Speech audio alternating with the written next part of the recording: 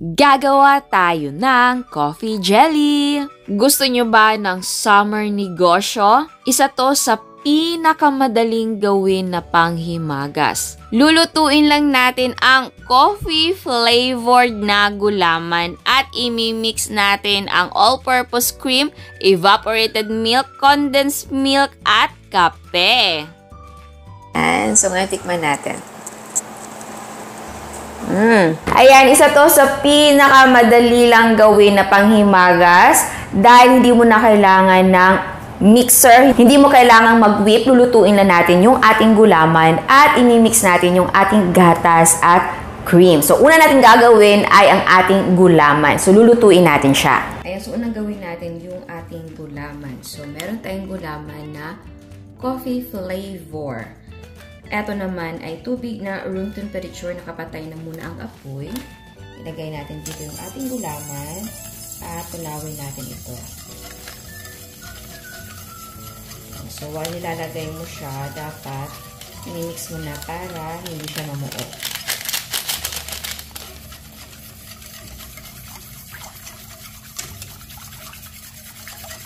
Ayan, kapag natunaw na ay buksan natin yung apoy. Okay. Tapos lutuin natin ito until yung malapit na siyang mag-boil. And dapat continuous lang yung paghahalo para hindi siya mamuo. Ayan, so dapat continuous talaga yung paghahalo nito. And kung gusto mo maglagay ng additional na instant coffee powder, pwede, at sugar. Ako hindi na ako maglalagay dahil since flavored naman yung gulaman natin. I'm sure, kagaya ng ibang gulaman na flavored coffee, hindi din ganun katapang. Pero mamaya kasi maglalagay tayo dun sa ating cream mixture ng coffee. And sa asukal naman, hindi na din ako maglalagay dahil yung cream mixture natin ay lalagyan ko ng condensed milk.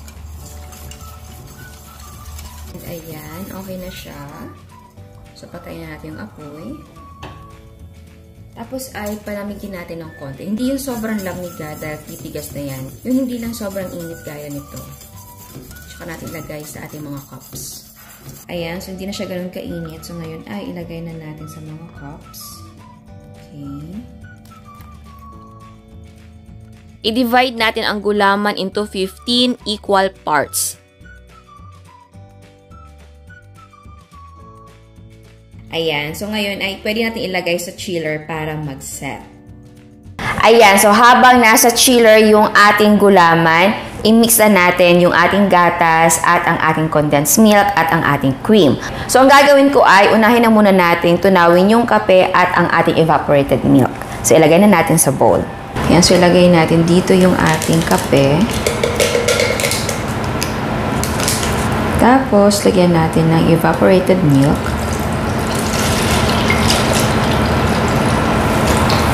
And then, haluin natin na mabuti para matunaw yung ating kape.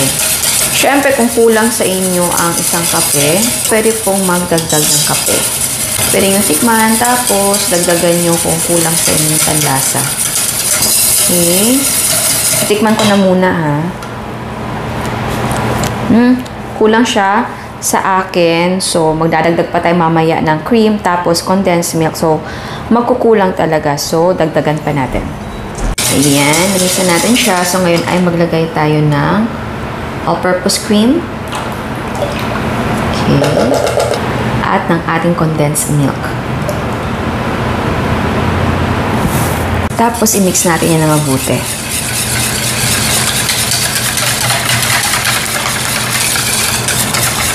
Ayan, firm na yung ating mga gulaman. So, maglagay na tayo ng ating milk and cream coffee mixture. I-divide natin ito into 15 equal parts din. Tapos ay i-chill natin ito for 1 to 2 hours or until malamig na siya bago natin i-serve. At ayan, eto na ang ating coffee jelly. Ayan, so tikman na natin. So, ganito yung itsura niya kapag sinundot-sundot na natin ng straw. So, ganito naman yung itsura niya kapag hindi pa natin nasundot. So, pansin nyo, yung milk and cream mixture ay pumunta na sa baba. Dahil kapag na-squeeze mo konti yung ating baso, parang lumuluwag siya. So, doon pumapasok yung ating cream and milk mixture. Ito, ayan o. Ayan, hindi pa. Ito nakapasok na ito sa gilid. So, ayan. Sundot-sundutin na natin.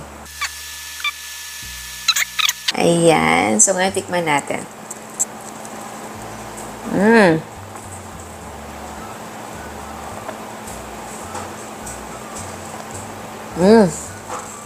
Ang sarap. Ang sarap ng pagkakatimpla natin ng ating milk and cream mixture. And okay lang talaga na hindi na tayo nagtimpla dun sa ating gulaman dahil hindi mo din mapapansin na matabang siya dahil nga dun sa ating cream and milk na mixture. And may coffee yun, diba? So, yes.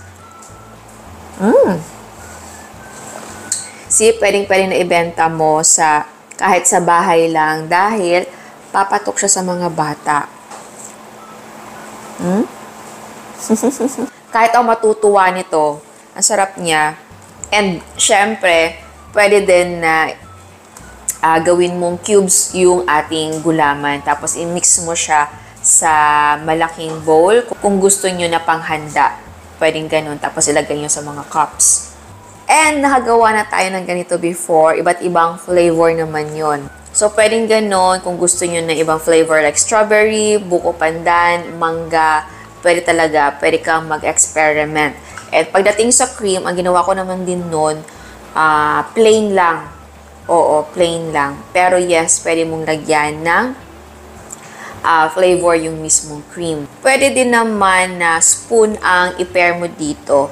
Tapos, yun din, susundot-sundutin din ng spoon para parang mas-slice yung ating gulaman. Pero, much better siguro kung straw dahil pagkasundot, sipsipin mo na lang, di ba?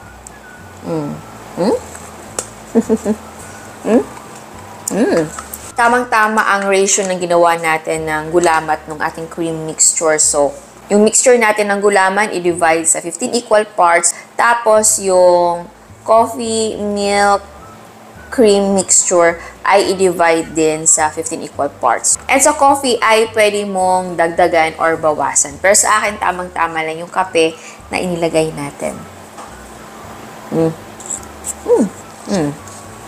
So, kung nagtitinda ka sa kantin or may pwesto ka na sa daan or sa bahay, pwede mo na itong gawing pang negosyo. And kung gusto nyo na ibang size ng cup, pwede yung, eto kasi ay 7 ounce. So, pwedeng gumamit ng 12 or 16 ounce. So, yes, malaki yon.